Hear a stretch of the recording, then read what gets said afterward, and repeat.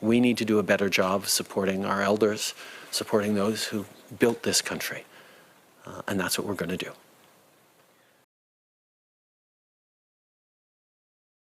Suivi, Melanie? Follow-up question, Melanie? Yes, thank you. Now about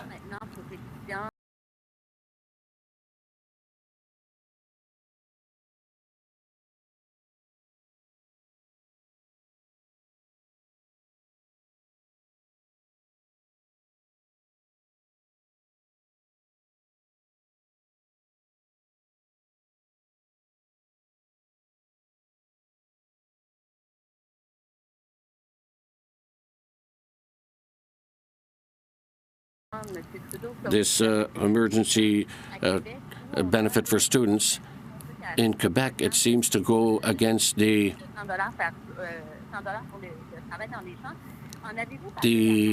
effort that they're making there to pay students to work in the farm fields. Would you be open to modifications of the bill that you've introduced to this effect? Answer: our students need support. Summer jobs that they were counting on have mainly disappeared. They're seeking ways of paying for their groceries and their rent.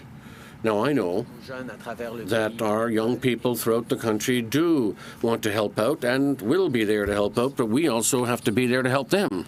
That is why direct assistance to students in this period of crisis is not only to help the students, it's an investment in their future and therefore in all of our futures.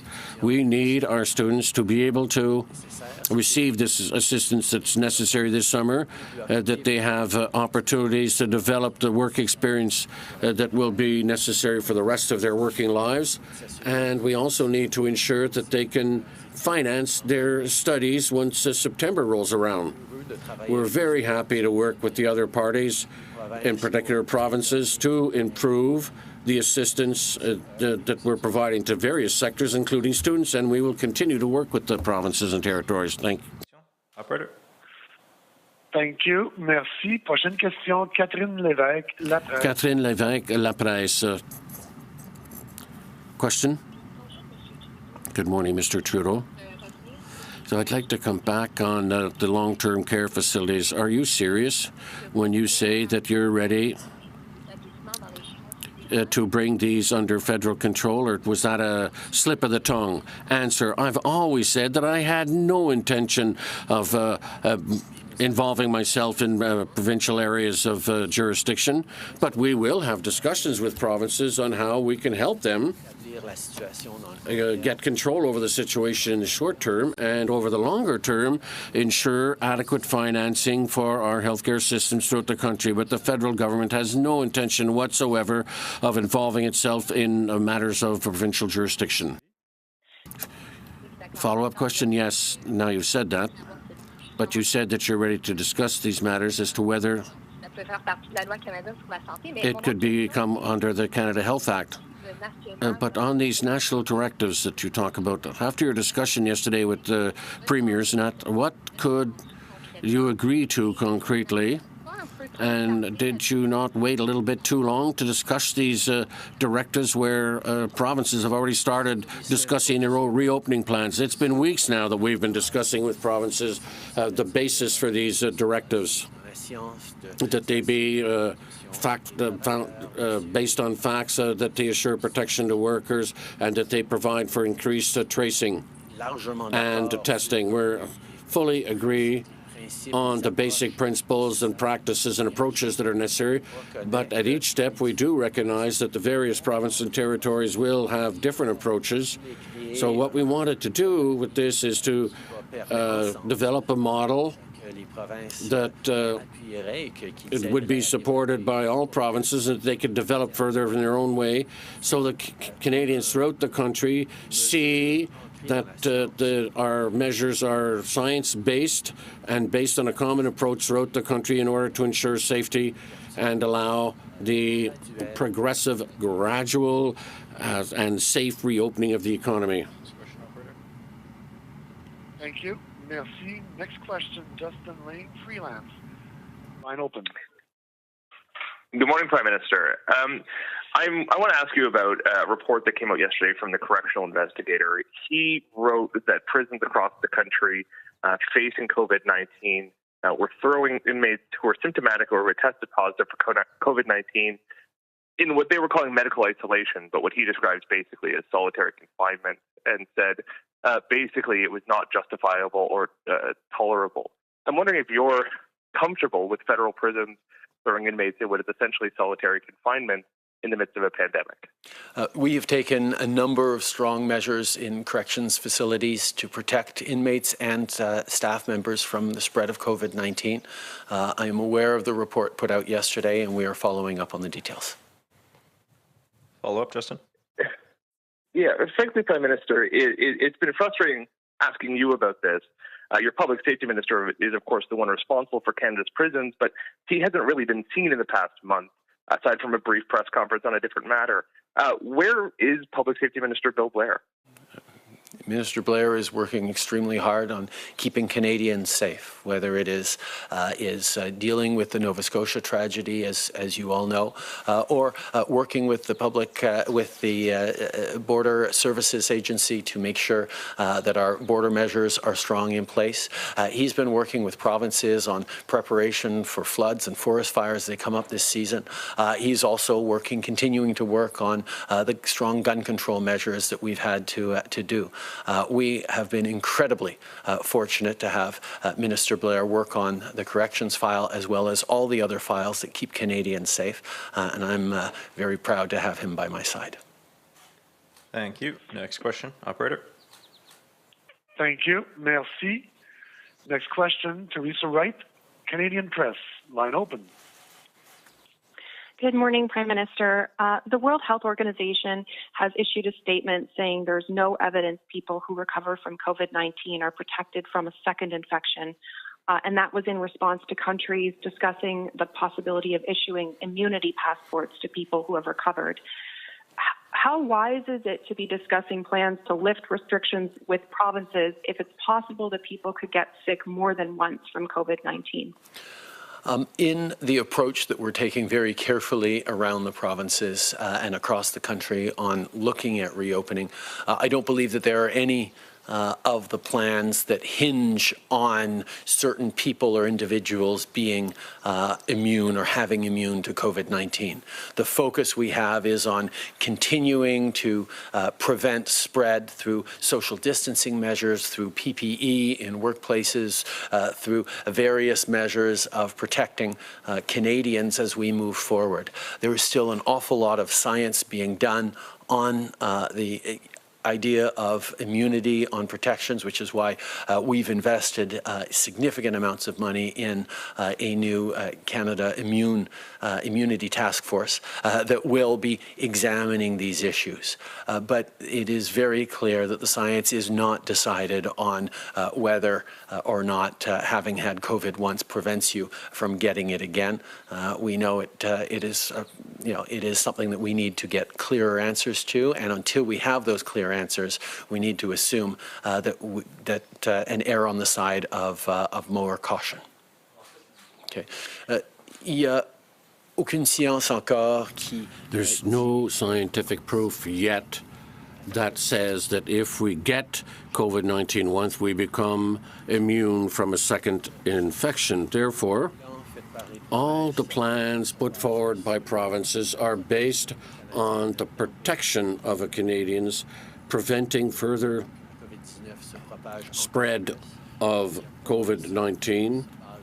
No one is basing their plan on immunity or acquired immunity as part of the approach for the months before. So there's still lots of work to be done on that aspect, which is why we invested in a working group, Canadian Immunity Task Force, with experts and scientists in order to improve our understanding and our knowledge related to COVID-19. What lessons do you take for Canada from the disunity that we're seeing in the COVID-19 response in the United States? And what worries do you have about how we might ultimately be affected? I think, first of all, Canadians can, take great comfort in the fact that all of our orders of government have been working together in a very strong and aligned way. That we have, as a country, focused on listening to experts and scientists as we move forward, as we make decisions on how to keep Canadians safe. We have seen extraordinary medical health professionals and public health officials across the country sharing with citizens in their provinces how they can keep safe. And we have a great team at the national level that is helping coordinate and inform the decisions taken across the country.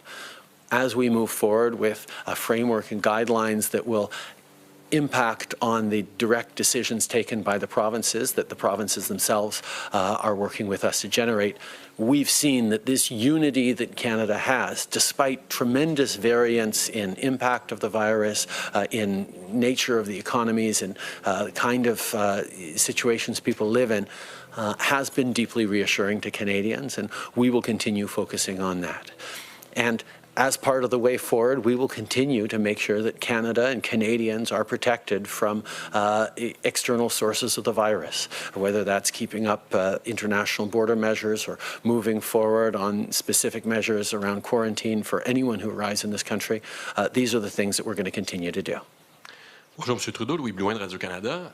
Louis Blouin, Radio-Canada. There's lots of people in the business community that are worried about the fact that there's not enough in PPE to reopen. Businesses will be starting up and all that. Are you aware of the fact that we may not have enough material and that our imports and our current production, domestic production, is insufficient to allow people to get back to work with proper PPEs? Answer: one of the criteria to be able to reopen some industries will indeed be to ensure that we have enough personal protection equipment in order to have workers work safely. Therefore, we know that demand will continue rising throughout the country. So what we're going to do is reopen gradually, partly because we have to have enough PPE equipment to protect workers, and not only those that work in the health sector. So both in terms of domestic production and imports, we're increasing our amounts available in a very important fashion. But until we have enough PPE, we will not be able to reopen some industries. Question currently is our stock enough? Some provinces have given their plan. Do we have enough? And if a business can't get, like if a barber shop can't get enough of them, should it put off its reopening? Answer: we shouldn't reopen the economy anywhere at any level unless we have the necessary safety measures, health measures in place to protect Canadians and stop the spread of COVID-19. We should be talking about reopening any parts of the economy if we do not have a strong plan to protect people working there and prevent the spread of COVID-19. Prime Minister, Rachel Haynes from CTV National News. Yesterday, Doug Ford appealed to you directly in his press conference saying, if you're listening, they need help. In your call last night, what specific offers did you give to Ontario when it comes to the long-term care home crisis that they're facing right now? We've put forward measures that have allocated billions of dollars to go to the provinces to support on top-ups for essential workers, particularly in long-term care facilities, and we look to have more announcements on that soon. But we've also responded to very direct requests by the provinces to send in military support. Obviously, that can't be more than a short-term answer, but we will be there to help Canadians who are going through extraordinarily difficult times. The situation in our long-term care facilities in different parts of this country is absolutely unacceptable, and all of us as Canadians need to do whatever we can to support our elders. La situation dans les résidences. The situation in our long-term care facilities and senior nursing homes is unacceptable. As Canadians, we have to be there to support each other. We offered money to provinces in order to top up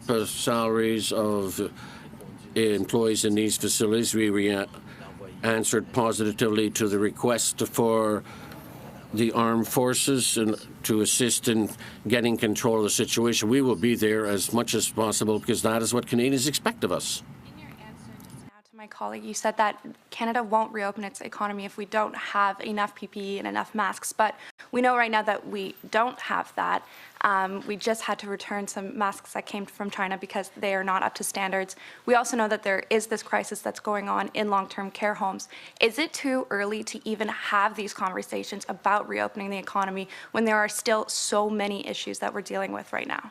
I think there are really important conversations to be had in advance of opening up our economies. As we say, we have to be very, very careful and very gradual about it and ensure that we have the measures in place to control and prevent any further spread of COVID-19. Adequate PPE supplies will be a part of that, but I can assure you that we are very much on that, whether it's the plane loads of PPE supplies that will be coming in almost every single day next week, or the domestic production capacity, which is ramping up rapidly and will be ready to support Canadians as we move forward on steps towards reopening. These are the things that we need to make sure we're getting right, so as to ensure that all the sacrifices we've made over the past weeks won't be for nothing. Okay. Nous savons qu'il faut prendre une approche. We know we have to take a gradual and progressive approach and be very careful about how we reopen the economy in some sectors. And overall, we need to have the necessary measures and equipment in place in order to protect workers and people in order to stop the spread of COVID-19. That is precisely why we continue receiving more and more PPE. We're getting plane loads of it almost every day in the week ahead of us. And we shall also see domestic production of the personal protective equipment start producing results pretty soon. All of this will be an important element of our gradual reopening approach.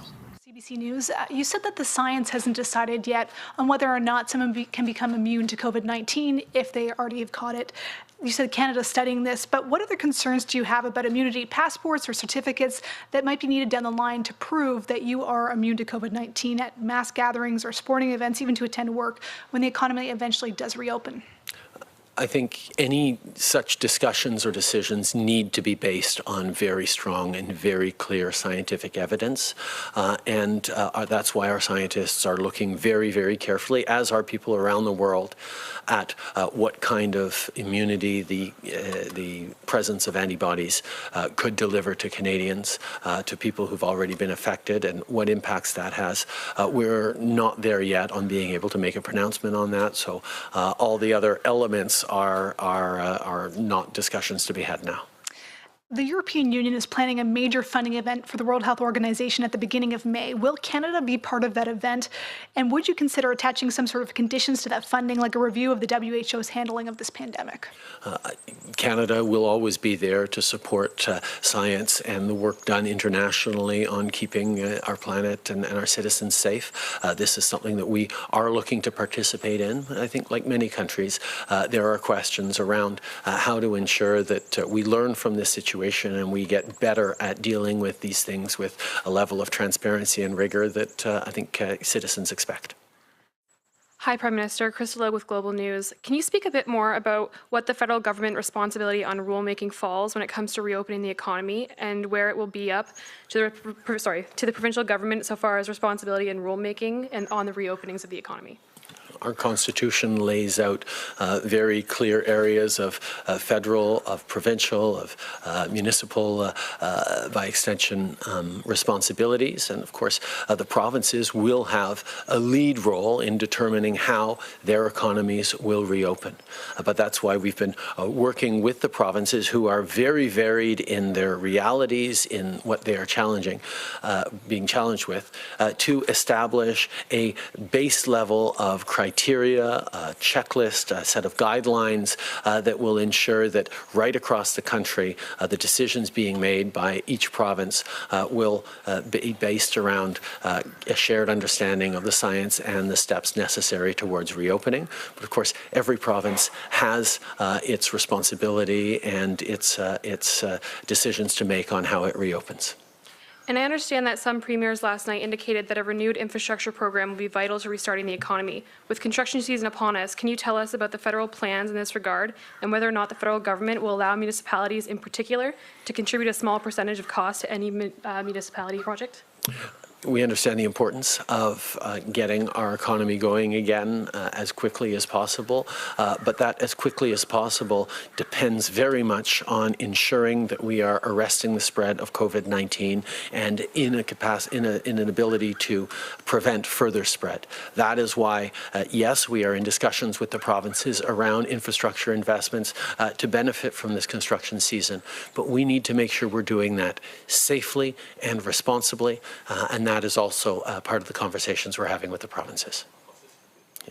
Nous reconnaissons à quel point we recognize to what extent the reopening of the economy will include construction, but we have to ensure that it is done in a way that does not expose the workers to further spreading COVID-19. That is why, yes, we're discussing with provinces on measures relative to infrastructure that might be helpful, but the priority for the provinces is the protection of their workers, their citizens. Thank you very much, everybody. Have a good weekend.